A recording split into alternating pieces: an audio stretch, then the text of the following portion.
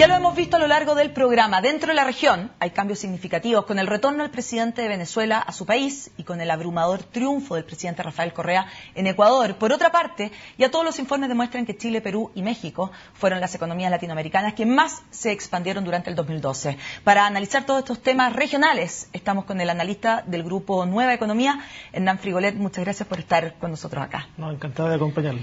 Partamos con Ecuador y con Rafael Correa, que gran parte de su triunfo abrumador, aplastante, que vimos que obtuvo este fin de semana, fue precisamente porque en los últimos 5 años ha logrado hacer avances económicos bastante significativos. ¿Cómo ve usted que esto sigue? A ver, él hizo una gran apuesta en términos de lograr ajustar toda la logística extractiva de petróleo en Ecuador. Y eso fortaleció notablemente las finanzas públicas. Y eso le permitió llevar adelante un plan de inversiones relativamente acelerado en el mandato que acaba de terminar. Y probablemente eso va a seguir en el próximo. Pero esto depende entonces finalmente del precio del petróleo. Sí, es una economía muy dependiente del precio del petróleo. O sea, si el petróleo se llega a caer, como lo hemos visto en la década pasada, probablemente esto... La pregunta de fondo es, ¿esto se debe a la suerte, entre comillas, del boom del petróleo, del precio que estaba bastante sostenidamente alto, o también hay un tema de gestión? Yo creo las dos cosas. Él la sabía conciliar de incrementar el aporte de la industria petrolera a las finanzas públicas y usar esos recursos adicionales en forma bastante centrada y apostando a fortalecer la economía del país, y por eso ha sido un programa de inversiones muy ambicioso. Programa de inversiones que ha aumentado la competitividad de Ecuador, ha aumentado la competitividad de los servicios públicos en salud y en educación. Bueno, y la votación que obtuvo es lo que está refrendando ese tipo de gestión. Ahora, ¿cuán sustentable va a ser esto si es que el precio del petróleo en algún momento baja bruscamente? Bueno, yo creo que es difícil que vayamos a tener bajas bruscas del petróleo.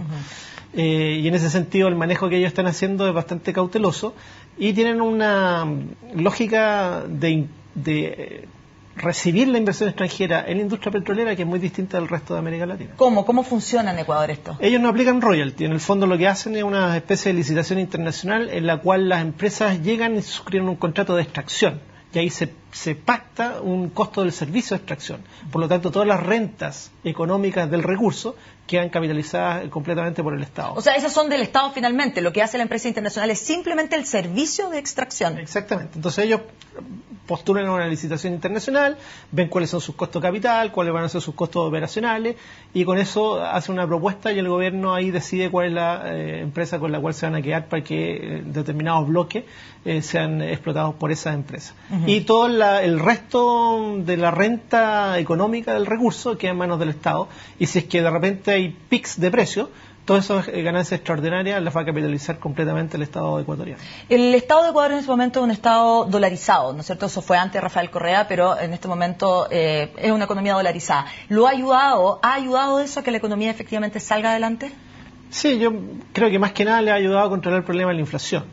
En ese sentido, al principio también la inflación no se dio rápidamente como se esperaba, se demoró un tiempo, y eso tuvo un ajuste de precios relativos de Ecuador. Ecuador era una de las economías más baratas de América Latina, sigue siendo una de las más baratas, pero acortó la brecha con respecto a otros países, y ese es un costo de la dolarización. Claro, eso finalmente influye también para sus finanzas internas. Sí, también. O sea, todo eso tiene que ver en términos de fortalecer las finanzas públicas y el nivel de gasto que se hace, y ya también los precios son más a nivel internacional. ¿Qué tan confiables son las cifras en Ecuador, internacionalmente hablando? La baja que hemos visto en la pobreza, que ha sido de la mitad en este último tiempo. También el crecimiento, el 2011 del 8%, el año pasado cerca de un 5%, este año se espera cerca de un 4%. ¿Son cifras confiables? Sí, bueno, ellos tienen instituciones relativamente prestigiadas, o sea, nadie lo pone en cuestión internamente, y externamente el Fondo Monetario está bastante satisfecho con lo que hace el Banco Central, que tuvo que reinventarse. Entonces claro, es como una agencia de información estratégica, y por otro lado han fortalecido mucho su Oficina Nacional de Estadística. Por lo tanto, ¿cuáles cree usted que son los retos en este minuto para Rafael Correa al mando de Ecuador, y por lo tanto desde el punto de vista económico? Diversificar, o sea, yo creo que sí, tiene que aprovechar de no solamente que sea el Estado el que capitalice, sino que los privados también aprovechen la capitalización de esa infraestructura. Competitividad solamente para el Estado no es bueno para la economía del país. Entonces tiene que efectivamente fortalecer las exportaciones ecuatorianas. ¿Y cómo ve usted también la estrategia que ha usado Rafael Correa de aliarse fuertemente con China? Estados Unidos antes era el principal comprador y extractor del petróleo en Ecuador y sigue siendo el principal extractor, pero no el comprador, ahora es China y tiene una fuerte alianza ahí. ¿Cómo ve usted esa estrategia? Bueno, yo creo que va igual en el mismo derrotero que vamos todos los países de América Latina. O sea, China es un mercado emergente con una potencia innegable y por tanto hay que tratar de penetrar ese mercado. Y yo creo que Rafael Correa tiene claro eso, como lo tiene cualquier presidente latinoamericano, de que hay que ver cómo penetrar el mercado chino, que es el mercado emergente más sostenible, que va con mayor fuerza y que sigue con un dinamismo relativamente importante. O sea, por mal que le vaya a China, siempre está creciendo más del 7% anual. Hay en economía ahora último en alianzas de los países, está, ¿no es cierto?, el eje del Pacífico, en el cual está México, está Perú, está Colombia, está Chile también. ¿Cree usted? Y Ecuador no está, claramente, porque está más aliado, ¿no es cierto?, con Venezuela y con Bolivia. ¿Cree usted que para Ecuador, que también tiene salida al Pacífico, sería bueno eventualmente formar parte de este eje? Yo creo que sí, y yo creo que esa es la estrategia que ha hecho Correa en términos de acercarse más a los chinos y de hacerse más imprescindible en términos de esta plataforma pacífica. En la medida que Ecuador vaya quedando fuera y ellos ya están haciendo lazos bilaterales fuertes con la economía china, es inviable dejarlo fuera. Entonces, él está haciendo una estrategia bastante astuta en ese sentido, de fortalecer sus lazos bilaterales con China y en ese sentido hacerse imprescindible para cualquier intento de hacer alguna cosa mancomunada de los países que tienen costa pacífica. Se nos va acabando el tiempo, Hernán. El presidente de Venezuela, Hugo Chávez, volvió hoy día a su país. ¿Cree usted que esa economía eventualmente puede despegar? ¿La ve usted con que acabamos de ver una devaluación? Están con algunos problemas. Sí, ellos tienen problemas fuertes porque, a diferencia de lo que ha pasado con Ecuador, donde las inversiones sí han sido bastante dinámicas, en Venezuela las inversiones no lo han sido tanto. Y por lo tanto el aumento de la renta del petróleo, que también es vital para la economía venezolana y para las finanzas públicas de Venezuela, se ha quedado rezagada. No ha logrado incrementarse todo lo que se necesitaba y el gasto, por otro lado, ha incrementado mucho más fuerte. Entonces estaban con una crisis de balance de pago que tiene que ver con un exceso de gasto del sector público. Y entonces esta devaluación lo que hace es fortalecer las finanzas públicas.